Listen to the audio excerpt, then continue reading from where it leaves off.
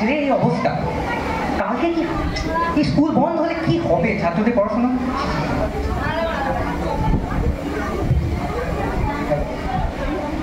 Hello, কিছুদিন খবরটা দেখলে? হ্যাঁ স্যার দেখলাম। এই তো কিন্তু এমনিতেই পড়াশোনার এই অবস্থা, তারপর যদি স্কুল বন্ধ হয় তাহলে পড়াশোনার হালটা কি হবে একবার ভেবে দেখেছেন? ঠিকই বলেছ, নিয়ম মাসে স্কুল বন্ধ হচ্ছে হোক, তবে অনলাইন ক্লাসের ব্যবস্থাটা করা যেতে পারে, কি বলো সুধীর? হ্যাঁ স্যার, এটা খুবই ভালো প্রস্তাব, তবে একটা সমস্যা থেকেই যাচ্ছে। কি বলো তো? আমাদের স্কুলে 4 জন আবাসিক ছাত্রের বাড়ি উত্তরবঙ্গের দিকে, তারা তো আর বাড়ি ফিরতে পারবে না। তাহলে হোস্টেল খোলা রাখার ব্যবস্থাটা করতে হবে বলে মনে হচ্ছে। সেটাই ঠিক হবে স্যার। আচ্ছা ঠিক আছে, বেশ।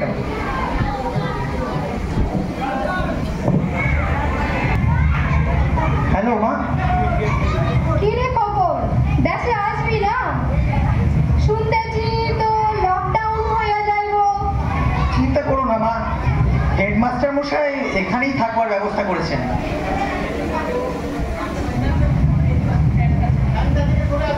তবু এই সময় খান ভুইরা গেলেই পারতিস, কি যে খাইছস পড়ছস কে জানে। আহা, অত ভেবো না মা, লকডাউন খুলে গেলেই তো বাড়ি চলে যাবো।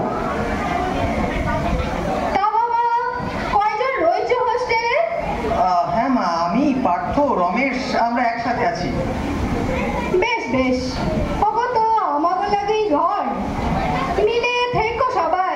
হ্যাঁ হ্যাঁ ঠিক আছে মা। মাকে তো মিথ্যা কথা বললাম যে আমরা একসাথে আছি সবাই, কিন্তু বাকিরা তো কাছে পিঠে নিজেদের আত্মীয় বাড়ি থেকে চলে গেল, আমি একা পড়ে থাকলাম এখানে। এবার যদি এখানে কোনো বিপদ হয় তাহলে, এমনিতেই শরীরটা খুব খারাপ, গলাতে খুব ব্যথা, গা জ্বর করছে, যাই একটু শুয়ে পড়ি, যদি একটু শরীরটা ঠিক হয়।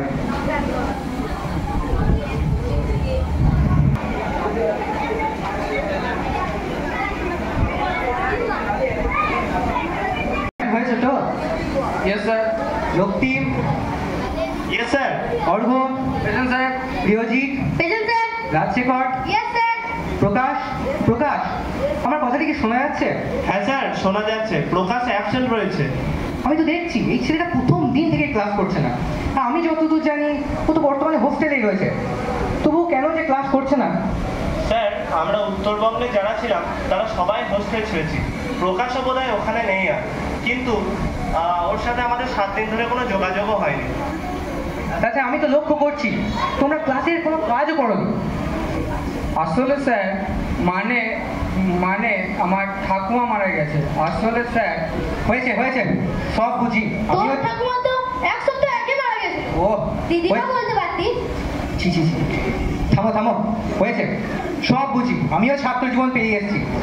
ছাত্ররা, কেন তোমরা এটা বুঝো না, ছাত্র জীবনের সবচেয়ে গুরুত্বপূর্ণ দিক হলো আত্মসংযম ও একাগ্রতা, আর এর থেকেও মূল্যবান হলো সময়। আর তোমরা না জানো সময়ের মূল্য দিতে, না জানো, থাক আর তোমাদের বলে কি লাভ। এই সোশ্যাল মিডিয়ার নেশা আর সারা রাত থেকে গেম খেলা তোমাদের এই জেনারেশনটাকেই নষ্ট করে দিল। সরি স্যার, ভুল হয়ে গেছে। সরি স্যার, আর হবে না। থাক থাক, এভাবে আর চলতে পারে না, তোমাদের একটা পরীক্ষা নিতেই হবে দেখছি, তা না হলে তোমরা বইয়ে একটা পাতা উল্টাবে না। আর এই প্রকাশ, এর ব্যবস্থা আমি করছি। গলাতে খুব ব্যথা করছে, প্যারাসিটামলের পাতাটা, ও বাবা, প্যারাসিটামলের পাতাটাও শেষ। খুব মনে পড়ছে মায়ের মুখটা, বাবার চোখ দেখে সেই বিভৎস কেমিস্ট্রির ফর্মুলা মুখস্থ করার দিনগুলো, দাদাকে জ্বালিয়ে দৌড়ে পালিয়ে আসার দিনগুলোর কথা। কি যে ভালো হতো যদি মায়ের কথাগুলো শুনতাম, আজ তারই ফল ভোগ করতে হচ্ছে।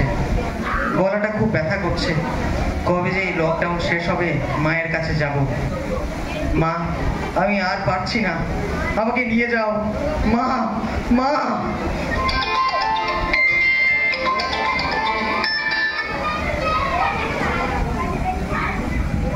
হ্যাঁ দাদা বলো।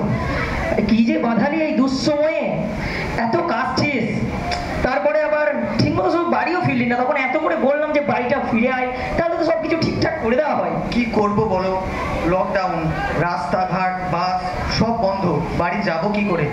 আর তাছাড়া তেমন কিছু হয়নি আমার। সে তো বুঝতে পারছি কেমন কিছু হয় নাই, তোর কাছেই বলে দিচ্ছে। সে যাই হোক, ভালো করে দেখ, নিজের শরীরে খেয়াল রাখতে হবে, কারণ এই দুঃসময়ে যদি কিছু হয়ে যায় তখন কিন্তু আমরা সহজে ঠিকমতো পৌঁছাতে পারবো না। ঠিকমতো ওষুধ খাবি, জল খাবি, খাবার দাবার খাবি, আর যেন পরিবেশে ঠিক থাকে, বেশি ঠান্ডায় থাকবি না। হ্যাঁ মনে থাকে। ঠিক আছে দাদা, আমার তেমন কিছু হয়নি, আর মাথাটা খুব ধরেছে, এখন রাখো। আর মা বাবাকে কিছু বলার দরকার নেই। হ্যাঁ বেশ ঠিক আছে, আমি জানাবো না, কিন্তু বেশি কিছু হলে তখন আমি বেশি দিন সামলাতে পারবো না, মনে থাকে তোর। তখনই তো মা বাবাকে জানাতে আমি ভাবতে হবে। আচ্ছা ঠিক আছে, ঠিক আছে।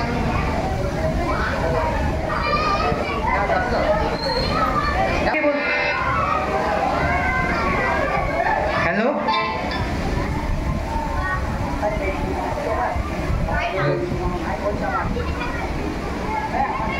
হ্যাঁ, কে বলতেছেন? নমস্কার, আমি প্রকাশের অঙ্কের মাস্টারমশাই বলছি। ও হ্যাঁ হ্যাঁ হ্যাঁ, স্যার নমস্কার নমস্কার, বলেন বলেন। প্রকাশ তো কোনো ক্লাসই করছে না, ও তো আগের সপ্তাহে পরীক্ষাটাও দেয়নি। এরকম চলতে থাকলে তো সবার থেকে পিছিয়ে পড়বে। কতবার কইলাম দেশে ফিরে আয়, কিন্তু শুনলে না। আমার বড় চিন্তা হয় ওর জন্যে, শরীর খান ঠিক নাই। তার মানে কি? এখন আপনি কইতেছেন ক্লাসও করে না, কি করি? তার মানে কি ও বাড়ি ফেরেনি? না স্যার, ওর লেগেই তো চিন্তা। আচ্ছা আচ্ছা, এত চিন্তা করবেন না, ওর পরীক্ষা নেওয়া আর পড়া শেষ করার দায়িত্ব আমার। অনেক ধন্যবাদ স্যার, একটু দেখবেন ছেলেটা ভালো আছে তো? অবশ্যই, আপনি চিন্তা করবেন না। সুধীর, বলো বলো। হ্যাঁ স্যার, স্যার হোস্টেলে আমাদের যে 4 জন ছাত্র ছিল, তাদের কি খবর? 3 জন তো বাড়ি চলে গেলেও 1 জন তো ওখানেই থেকে গেছে। হ্যাঁ স্যার, ওর কথাই বলছিলাম। ও না ক্লাস করছে না পরীক্ষা দিচ্ছে। আমি কি একটু খবর নিয়ে দেখবো? তা ওদিকে যাওয়া তো এখন অসম্ভব, ওটা তো এখন রেড জোন, ওদিকে গেলেও তো পুলিশ পেদাবে। এছাড়াও ওদিকে তো করোনা, অনেকেই করোনা আক্রান্ত। বেশ, দেখছি স্যার কি করা যায়। আচ্ছা দেখো। আচ্ছা, ও সত্যি না অসুস্থ নয়, ও তো হোস্টেলে একা, আমাদের থেকে সবার থেকে দূরে। ছাত্রদের প্রতি কঠোর হতে গিয়ে আমি কোথাও ওদের প্রতি নির্মম হয়ে পড়ছি না তো? না না না, এভাবে চলতে পারে না। না, সারা জীবন কঠোরতা দেখা গেতে গিয়ে আমি সত্যিই কোথাও নির্মম হয়ে পড়ছি। বেশ, ওরা তো ছোট, আমার ভাবা উচিত ছিল আগে। ওরা তো ছোট, ওদের শরীর রয়েছে, মন রয়েছে। না, একজন শিক্ষক হিসাবে না, একজন অভিভাবক হিসাবে আমারও দায়িত্ব নিতে হবে। আমি আজ যাচ্ছি ওর কাছে। হ্যাঁ স্যার, আপনি? হ্যাঁ, কি অবস্থা তোমার? হ্যাঁ, কি অবস্থা? না স্যার, একটু জ্বর এসেছিল আর কি। ওই দেখি।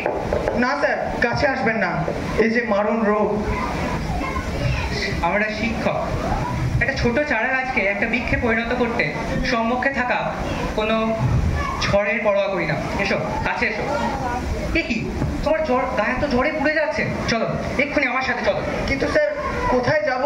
আমার বাড়ি তো অনেক দূর। কেন আমার বাড়ি যাবে? আমি তো তোমার শিক্ষক। আপনার বাড়ি? হ্যাঁ চলো।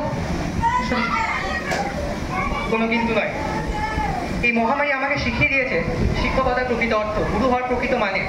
শিক্ষক শুধুমাত্র শিক্ষা গুরু নয়, তিনি একজন মাতা, পিতা, অভিভাবক এবং পথপ্রদর্শক। চলো আমার সাথে চলো। তিনি যন্ত্র নন, তিনি মানুষ। নিষ্ক্রিয়ভাবে মানুষ নন, সক্রিয়ভাবে। কেননা মনুষ্যত্বের লক্ষ্য সাধনেই তিনি প্রবৃত্ত। এই তপস্যার গতিমান ধারায় শিষ্যের চিত্তকে গতিশীল করে তোলা তার আপন সাধনারই অঙ্গ। শিষ্যের জীবন প্রেরণা পায় তার অব্যবহৃত সঙ্গ থেকে। নিত্য জাগরুক মানব চিত্তে এই সঙ্গ জিনিসটি শিক্ষার সবচেয়ে মূল্যবান উপাদান। তার সেই মূল্য অধ্যাপনার নয়, উপকরণে নয়, পদ্ধতিতে নয়।